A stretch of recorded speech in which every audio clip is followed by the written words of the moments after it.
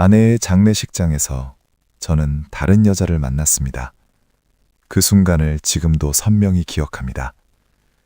40년을 함께한 아내 순자가 하얀 수의를 입고 관 속에 누워있던 그날, 조문객들이 하나둘 돌아가고 텅 빈 빈소에서 저 혼자 마지막 밤을 지키고 있을 때였죠. 이제 정말 혼자구나. 그런 생각이 들면서 가슴 한편이 무너져 내리는 것 같았습니다. 새벽 3시쯤이었을까요? 복도 끝에서 흐느끼는 소리가 들렸습니다. 처음엔 제가 잘못 들은 줄 알았어요. 이 시간에 누가 있을까 싶어서 조용히 나가봤더니 한 여자분이 벽에 기대어 울고 계셨습니다. 검은 한복을 입은 60대 후반쯤 되어 보이는 분이었죠. 괜찮으세요? 제가 조심스럽게 물어봤더니 그분이 고개를 들며 눈물을 훔치셨습니다. 죄송해요.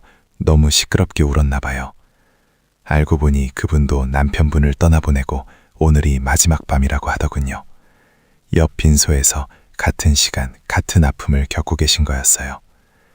이상하게도 그 순간 저는 혼자가 아니라는 느낌이 들었습니다. 세상에서 저와 똑같은 마음을 가진 사람이 바로 옆에 있었으니까요. 그때 저는 몰랐습니다. 이 만남이 제 인생을 완전히 바꿔놓을 거라는 걸요. 여러분은 어떠실 것 같나요? 가장 슬픈 순간에 만난 인연, 과연 어떤 의미일까요? 다음 날 아침 장례를 마치고 집에 돌아왔을 때의 그 적막함을 어떻게 표현할까요? 40년 동안 아침마다 들려오던 아내의 목소리가 없었습니다. 여보, 아침 먹어요. 그 다정한 목소리 대신 찾아온 건 깊은 침묵뿐이었어요. 거실 선반 위에 놓인 아내의 영정 사진을 바라보며 지난 세월을 되돌아봤습니다. 28에 처음 만나 30에 결혼했던 그날부터 두 아이를 키우며 힘들었던 시절, 제가 사업에 실패해서 가정이 어려웠을 때도 한 번도 원망하지 않았던 순자. 당신 덕분에 여기까지 왔는데 이제 어떻게 살아가란 말이야. 아내는 항상 제게 말했습니다. 여보, 나보다 먼저 가지만 말아요. 혼자 남겨두고 가면 안 돼요. 그런데 정작 먼저 간 건 아내였어요. 쇠장한 판정을 받고 6개월을 투병하다가 마지막에는 제 손을 꼭 잡고 고생 많이 했어요 라고 말하며 눈을 감았죠. 그날 밤 혼자 앉아 있는데 갑자기 어제 그 여자분이 생각났습니다. 저와 같은 아픔을 겪고 계신 그분은 지금 어떻게 지내고 계실까? 혹시 저처럼 텅 빈 집에서 혼자 울고 계시는 건 아닐까? 이상하게도 그분을 걱정하는 마음이 들었습니다. 아내가 떠난 지 일주일이 지났습니다. 매일 아침 7시에 일어나는 습관은 그대로였지만 이제 누굴 위해 아침을 차려야 할지 몰랐어요. 혼자서 라면 한 봉지를 끓여 먹으면서도 순자가 보면 뭐라고 할까 하는 생각이 들었습니다. 동네 슈퍼마켓에 장을 보러 갔을 때였어요. 40년 동안 아내와 함께 다니던 그곳에서 혼자 장바구니를 들고 서 있으니 마트 아주머니가 어머, 사모님은 어디 가셨어요? 라고 물어보더군요. 돌아가셨습니다. 라고 대답하는 제 목소리가 떨렸어요. 집에 돌아와서는 할 일이 없었습니다. TV를 켜도 재미없고 책을 읽으려 해도 집중이 안 되고 아내가 좋아하던 드라마가 나오면 채널을 돌렸다가 다시 돌려놓기를 반복했죠. 혼자라는 게 이렇게 외로운 건지 처음 알았습니다. 그러던 어느 날 저녁 집 앞 편의점에서 우유를 사고 나오는데 저기 어디서 본 것 같은데? 멀리서 천천히 걸어오는 한 여자분이 보였습니다. 장례식장에서 만났던 그분이었어요. 이 동네에 사시는 건가? 하는 생각이 들면서 괜히 가슴이 두근거렸습니다. 그 순간 저도 모르게 발걸음을 멈췄습니다. 혹시 여러분도 이런 경험 있으신가요? 힘든 순간을 함께 겪은 사람을 우연히 마주쳤을 때의 그 묘한 감정. 혹시 지난번에 장례식장에서 제가 조심스럽게 말을 꺼내자 그분도 저를 알아보셨습니다. 맞아요. 그때 위로해 주셨던 이렇게 다시 만나게 될 줄 누가 알았겠어요. 알고 보니 저희 집에서 2블럭 떨어진 곳에 사신다고 하더군요. 시간 되시면 차라도 한 잔. 제가 용기를 내어 제안했습니다. 혼자 지내다 보니 사람이 그리웠던 것 같아요. 그분도 흔쾌히 응해주셨고 동네 작은 카페에서 마주 앉게 됐습니다. 서로 자기소개부터 했죠. 저는 박영수라고 합니다. 나이는 올해 72이에요. 저는 이정숙이에요. 71고요.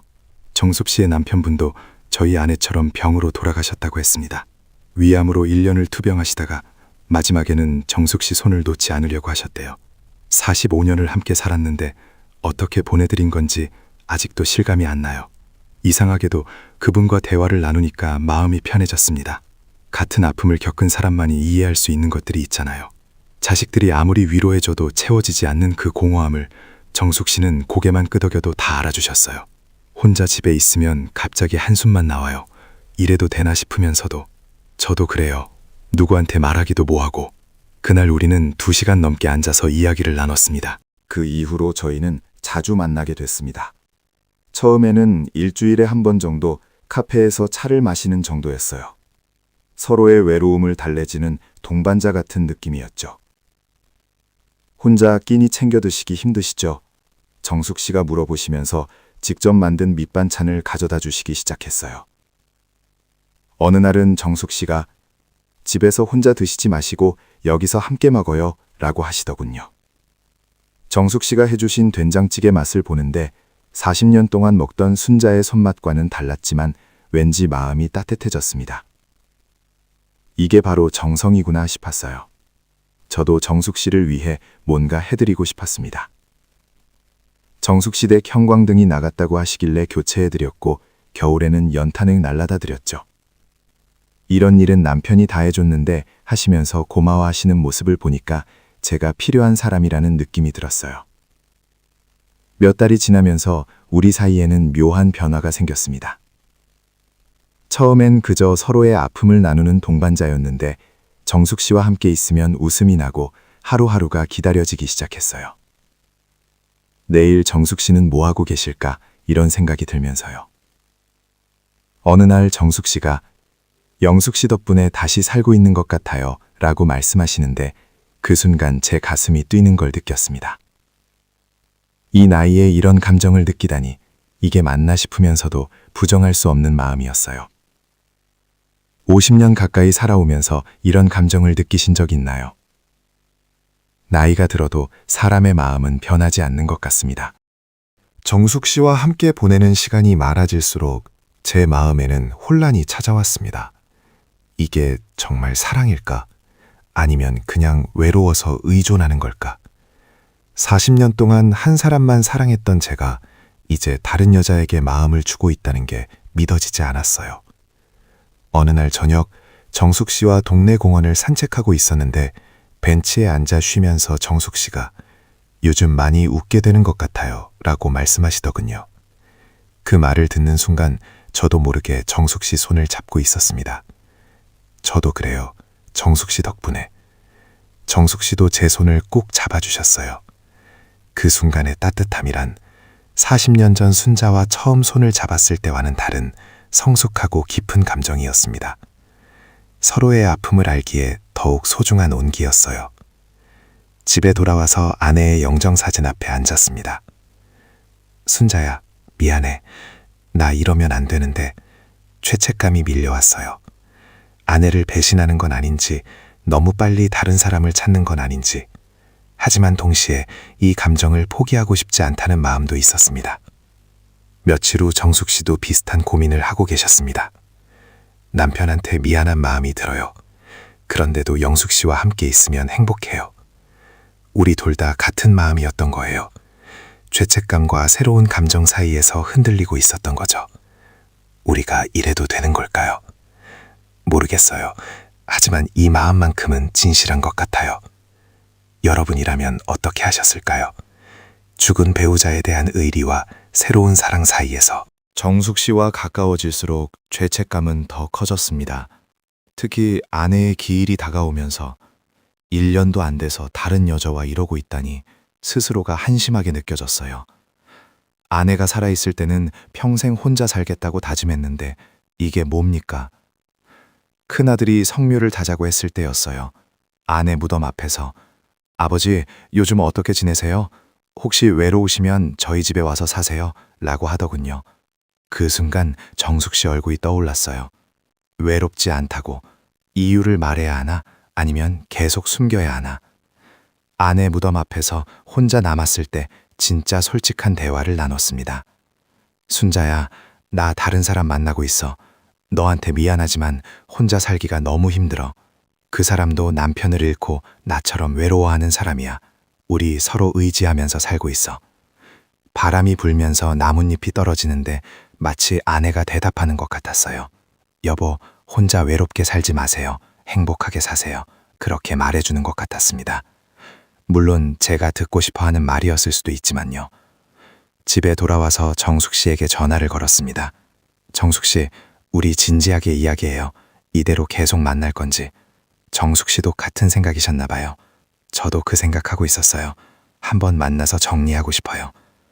그 통화를 마치고 나니 가슴이 두근거렸습니다. 우리 관계의 운명이 결정되는 순간이 올 것 같았거든요. 인생의 중요한 기로에서 여러분은 어떤 기준으로 선택하시나요? 이웃에서 제가 정숙 씨와 자주 다니는 걸 보기 시작했나 봐요. 어느 날 동네 이발소에 갔는데 이발사 아저씨가 영수 씨, 요즘 새로운 분이랑 잘 다니시던데요? 라고 넌지시 묻더군요. 그냥 같은 처지라 서로 의지하는 사이예요. 며칠 후 둘째 아들이 찾아왔어요. 아버지, 동네에서 소문이 좀 돌던데요. 혹시 어떤 분이랑?